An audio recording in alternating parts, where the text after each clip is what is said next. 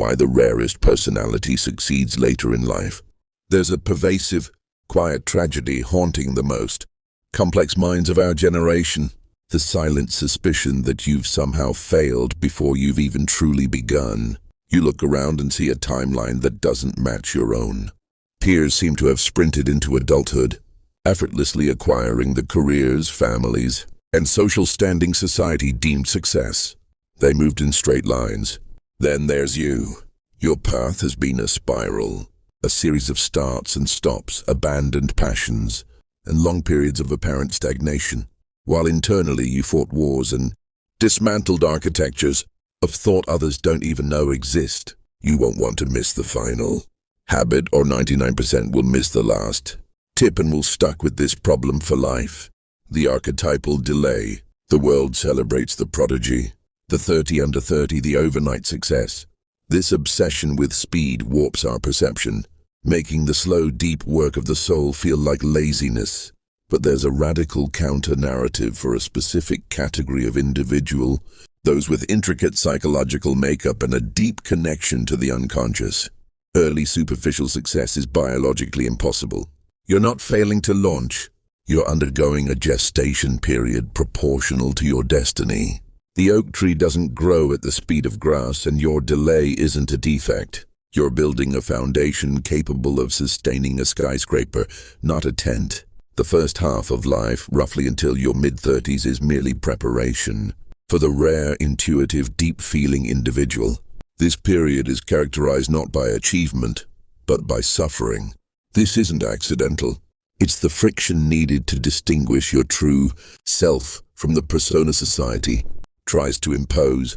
While others learn the rules, you are paralyzed by the need to understand why the game was played. This inherent need for deep understanding is a massive brake on external progress. While peers climbed ladders, you were likely on the bottom rung, analyzing the ladder's very structure, realizing it leaned against the wrong wall. Your consciousness is so differentiated that you can't engage in mindless action. You must understand the meaning before you commit energy. In a world rewarding swift, unthinking execution, this makes you seem hesitant. But this hesitation is a safeguard. Your soul refusing to invest in an inauthentic life. The danger, of course, is internalizing this slowness as a flaw, feeling shame at the gap between your potential and reality, and wondering why you can't just be normal. Why simple tasks drain you, why you need so much solitude, why you feel an ancient exhaustion. This exhaustion stems from processing reality at a higher resolution. You're not just living, you're decoding.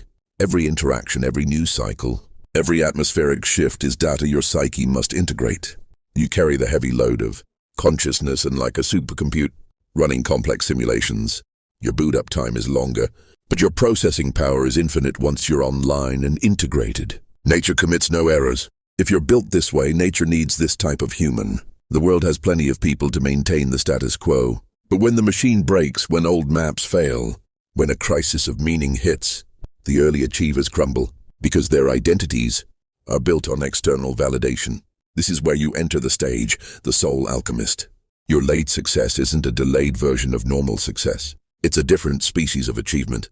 It's resilience forged in introspection, rooted in self-knowledge, one alone in the dark. This ties into the process of individuation. For most, life is imitation. For you, it's been a process of stripping away. You've likely spent your 20s and 30s losing things, friends who didn't understand, jobs that suffocated, illusions that dissolved. This subtraction is painful, feeling like going backward. In alchemy, this is the negrado, the blackening, the necessary decomposition of the false self. You had to fail at being normal to succeed at being you. Early success would have solidified a mask, trapping you in a persona too small for your soul, leading to a devastating midlife crisis. Your perceived failure was a protection mechanism, keeping you fluid, searching, hungry for the real thing. But the waiting room is dangerous. It's easy to rot there. The line between gestation and stagnation is razor thin, and many with your potential fall into the trap of the provisional life, always preparing to live, but never actually stepping into the arena. You tell yourself, one day when I'm ready, but that day never comes because readiness is an illusion. The shift from late bloomer to awakened master happens not by thinking, but by a specific action bridging inner and outer worlds. Your timeline is governed by the archetype of the Senex, the wise old man. Even young, you are an old soul, serious and contemplative. This gravity is an asset, but in youth it's a burden making you heavy. While others floated, you sank. But the treasures, the insights, the wisdom, the understanding of human nature are at the bottom. These become invaluable in the second half of life. As the world shifts to artificial intelligence and automation, the skills of early sprinters, rote memorization, following orders become obsolete. The skills of the late bloomer, deep empathy, pattern recognition, complex synthesis, spiritual resilience become the most valuable currency.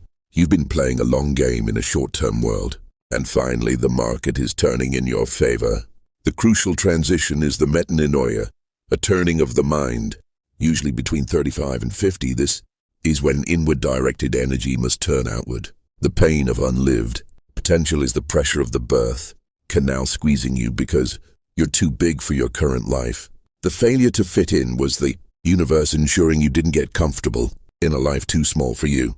The primary psychological obstacle is the pur eternus, the eternal child. This isn't about being childish, but about an emotional refusal to touch the ground, living in suspended animation, terrified that committing to one path kills infinite possibilities. You're in love with potentiality and despise actuality. Real life requires compromise, grit, and often boring repetition. Because your mind operates in the realm of the ideal, bringing your vision down to earth feels like degradation.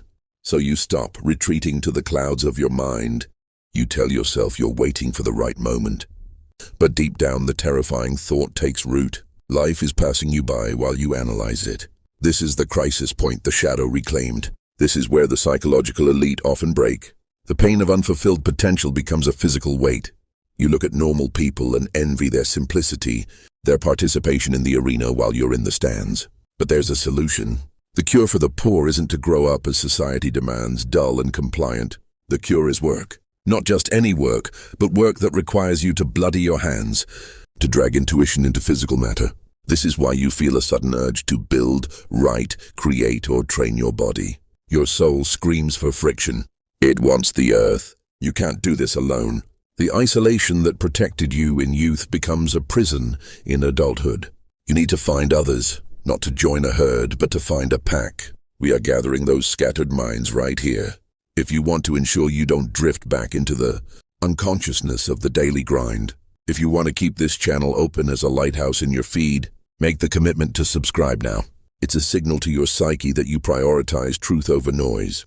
Once you commit to landing your plane on the rough terrain of reality, you unlock the most potent weapon, the shadow.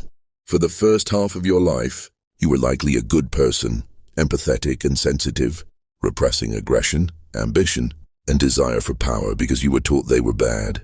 You associated power with corrupt figures, castrating your own drive to be harmless. But you don't become enlightened by imagining figures of light, but by making the darkness conscious. To succeed later in life, you must integrate your shadow, reclaiming the parts you threw away. That ambition you thought was greed is fuel. That anger you thought was destructive is boundary-setting energy. The late bloomer succeeds by finally stopping apologizing for their power. When a young person wields power, they are often dangerous for lacking empathy. You, however, have spent decades mastering empathy, understanding suffering. You can be trusted with power. When you tap into that reservoir of aggression and drive, you won't become a tyrant. You'll become a force of nature, moving with precision and authority that early. Achievers can't replicate. Their power comes from ego. Yours comes from the totality of your being. This integration gives late success its distinct flavor. Formidable, not frantic or desperate. Have you noticed how some older actors or leaders have a presence that feels heavy, almost gravitational? That's the weight of integrated shadow. They aren't trying to impress. They are fully occupying their own space, no longer asking permission to exist. This is where you are heading. The hesitation you felt was your intuition, telling you you weren't ready for this voltage. Had you succeeded at 20, your ego would have burst. You would have become addicted to applause. But now you don't need applause. You need the work. You are driven by an internal imperative, a duty to the talent entrusted to you. Society sees the midlife transition as a crisis. Quitting jobs, ending marriages, starting novels. They whisper, they're having a breakdown. Jung corrects this. No, they're having a breakthrough.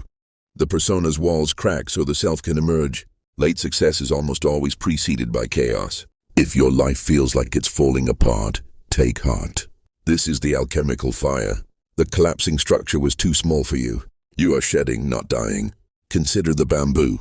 For 5 years, nothing happens. Underground, a massive root system spreads. Then in the 5th year, it explodes, growing 80 ft in 6 weeks. Did it grow in 6 weeks or 5 years? You are the bamboo. The silence of your last decade was pregnant, growing roots while others grew leaves. When you rise, you won't be toppled by the first wind. Early achievers have shallow roots. A single crisis can destroy them. But you've already survived the crisis of meaning in the dark. You are anti-fragile. The unique advantage of life's afternoon maturity, Psalm, is that success is not chased. It's attracted. You become the person who naturally attracts what belongs to you. Desperation fades. You realize you've survived your worst days, faced the void, and lived. What is left to fear? This lack of fear is magnetic. Synchronicity, the occurrence of meaningful coincidences, begins to flood your life. When you align your internal truth with external actions, the universe conspires with you. Opportunities appear out of thin air because you are vibrating at the frequency of your destiny. You are the river, not swimming upstream. The struggle of the first half was resistance. The success of the second is flow. This path required walking through the desert while others slept. You endured labels, held onto a vision no one else could see, and carried this burden because you are likely the cycle breaker of your lineage, metabolizing ancestral trauma. You couldn't succeed early because you were cleaning up psychic debris. Now that the cleaning is done, the road is clear. You run for all of them. Your success will be the vindication of your suffering. But remain vigilant. The old habits of passivity and analyzing rather than doing will try to pull you back. You cannot afford to waste energy on things that don't serve the great work. Your energy is your most precious resource. If you still feel the drain of toxic people or others' emotions, your boundaries are porous. To protect your momentum, identify and neutralize these energy drains. As you look ahead, do not look back with regret. Do not envy the sprinters. They have their reward. You have the depth of the ocean, the resilience of redwoods, a mind sharpened by silence. Your time was never then. Your time is now. The curtain is rising. The audience is waiting. This is so validating. I've always felt like I was on the wrong timeline. But realizing it's a different kind of journey entirely puts everything into perspective. Thank you for this. What's one thing you've let go of that unexpectedly opened up space for something greater?